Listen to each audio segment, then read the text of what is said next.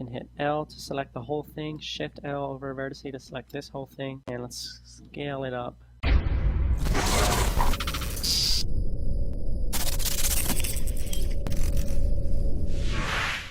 So we just got done modeling our very basic low poly barrel, and now we need to move on to the unwrapping phase of the process. What we need to do is get this 3D object laid out flat onto 2D space. So let's get started by going into our front orthographic view by hitting 5 on the keypad followed by 1. We can split our window into 2, change this window into the UV image editor, and now we have 2D space here.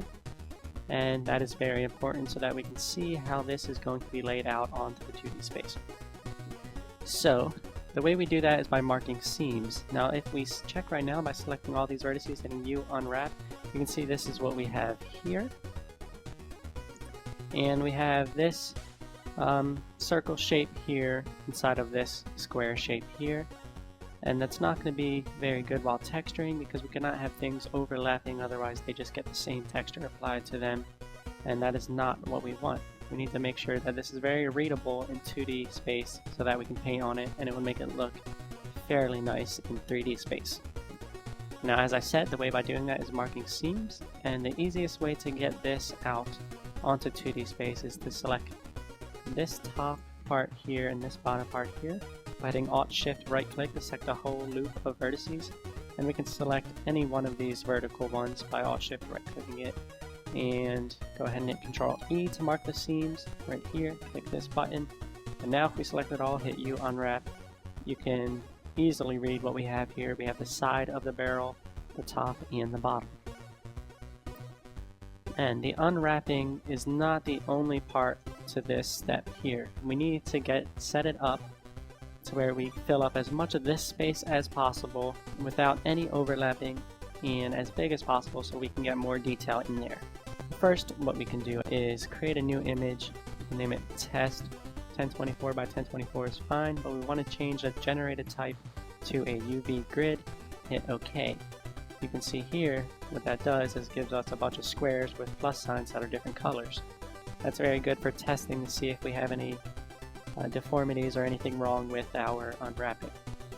So we can go over into our viewport over here, hit Alt-Z.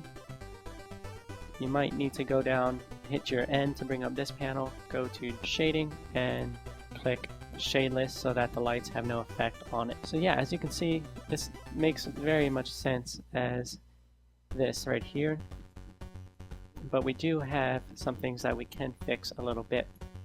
Here you'll see that these lines, this is a curve here and this is a curve here.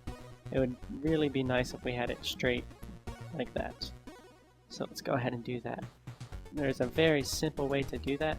Since that's the top, I'm going to put that at the top. Since that's the bottom, I'm going to put that at the bottom. Just so it makes sense. We can Alt right click a loop of vertices, and since this is going left to right, we want to align it along the Y axis by hitting W, align Y. So let's go ahead and do that all the way down. And we want to do the same thing for these ones going up and down, but we want to align it along the X axis. Now you'll see that things are looking very good over here, going straight up and down. And since this image is a square, if we rotated this, it would still be the same size. So this is just about as big as we can get that, since we do want these things big. I'm going to move the bottom one here on the right side and this one over here on the left side.